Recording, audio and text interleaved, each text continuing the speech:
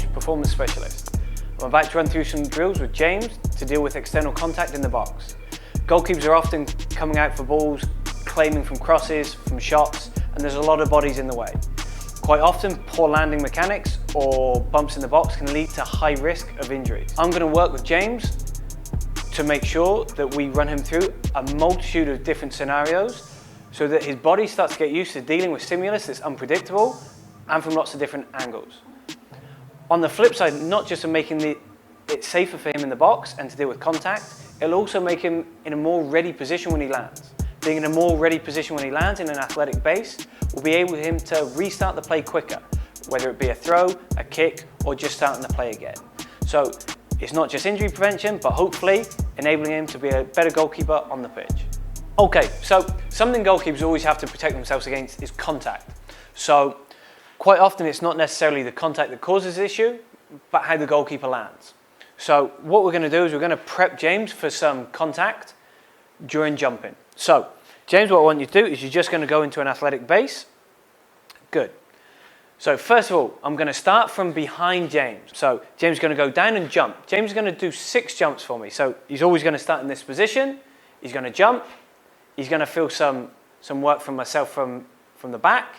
He's going to get back into his athletic base before he goes again. So these jumps are just going to be down and up, and I'm going to work him as he's in the air. So James, I want to prepare yourself for some outside influences, okay? So ready, whenever you are, good jump, and I'm just going to push. Ready, and again, good, and push. Good. Now we can go as aggressive or as easy as we want. I would suggest starting a little bit easier so we can judge the ability of the contender before we go a little bit harder. So go ahead, James, another 4 for me. Good. Good. I'm just working from the back. Good. And go again. Good. Each time sitting back into this nice deep position, working through the ankles and the glutes to really stop, decelerate yourself. 2 more for me. Good. Go. Good. And again. Good. So now we work from the back, which is a little bit easier. I'm going to work from the laterals. So, ready? Good. Go. Good. And the key thing is we're really looking for that solid landing that we spoke about right at the start before we were talking about jumps. And go. Good. Each time being able to get back into that athletic base position, but deal with the external forces. So now I can go a little bit harder with him. Go. Really good. And again for me. Good. And relax. Okay. So those are level 1 exercises from the back and from the side. I'd suggest doing 6 from the back and 3 from each side. Something that we can look to do now is really test them a little bit more. This is going to involve, James, as we did before, closing the eyes. That's going to reduce one of the proprioceptors, so it's going to make it more difficult for him to balance and judge where he's at. What's going to happen is, though, myself, I can't push him as hard because it's going to be too difficult. So I have to reduce the external stimulus I put in, but we'll find that it's a lot more challenging for James. So James, you're going to do exactly the same. I'm going to work from the back. What I want you to do is you're going to go down and up, but you're going to close your eyes.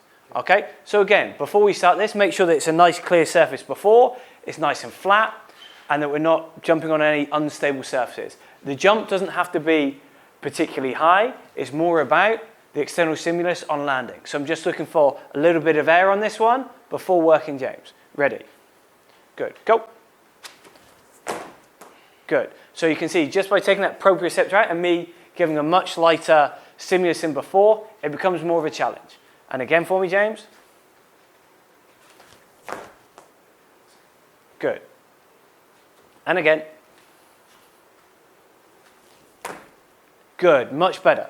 And relax. So we can start to see how his body already after 2 or 3 has started adapting, where right at the start he was having to take a double jump to take some of the sting out of it and absorb the force.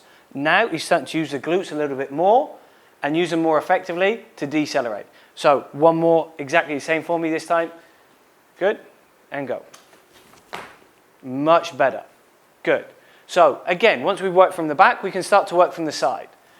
So James is quite good at this, so I'm going to ramp it up a little bit in terms of stimulus, so a little bit more of a test for him. Good. And go. Very good. And again.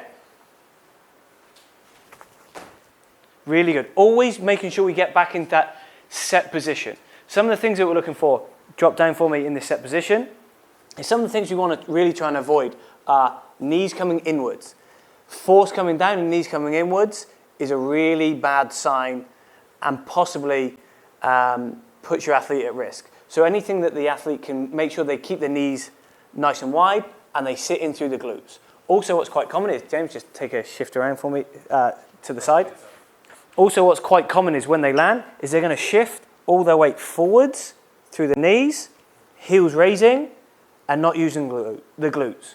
This is for a couple of reasons. One, maybe what happens on landing, they've got really poor flexibility and ankle range, so then it starts to pull everything else forward. Or it might be more of an inhibition through the glutes. So what we really want to be able to do is that every time he jumps, jump, and I push, he's going to be sat all the way through. And you're going to go one more from the side so we can just see it from the side. Good, jump. Good, really excellent landing. So this is just to really test and simulate the goalkeeper to put them in multiple different scenarios from different angles. I can also work from the front. We can work with closed eyes and shut eyes. But the key is to give a small stimulus, and as he gets used to the stimulus, to gradually build it. We don't need to be super aggressive in this. It's just to put him in slightly different situations that are unpredictable, so then his body has to deal with the landing and readjust accordingly.